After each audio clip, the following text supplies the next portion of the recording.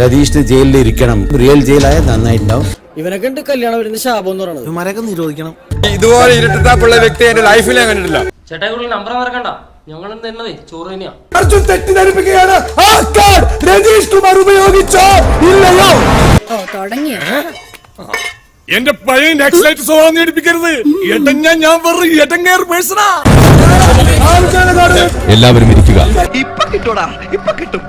ഇപ്പൊ ഈശി പൂശോടാ. പറഞ്ഞാൽ മനസ്സിലാവില്ലേ? ഇതാർക്കും ഷോ കാണിക്കാനുള്ള സ്ഥലമല്ല. എന്തൊക്കെയാണ് ഈ കൊച്ചു കേരളത്തിൽ സംഭവിക്കുന്ന? എന്തൊക്കെ കാര്യങ്ങളാണ്? എന്തൊക്കെയാണ് നടക്കുന്നേ? എന്തൊക്കെയാ പറഞ്ഞത് ലംഘിച്ചാൽ നിങ്ങളെ ഇവിടെ നിന്നും പുറത്താക്കുന്നു. കിട്ടിക്കഴിഞ്ഞാ തോന്നേണ്ടത് തോന്നാൻ ഇത്തിരി സമയം നല്ലതാ. താങ്ക്സ് ഉണ്ടടാ മോനെ ദിനേശ. താങ്ക്സ് അടിച്ചു പൊളിക്കടാ.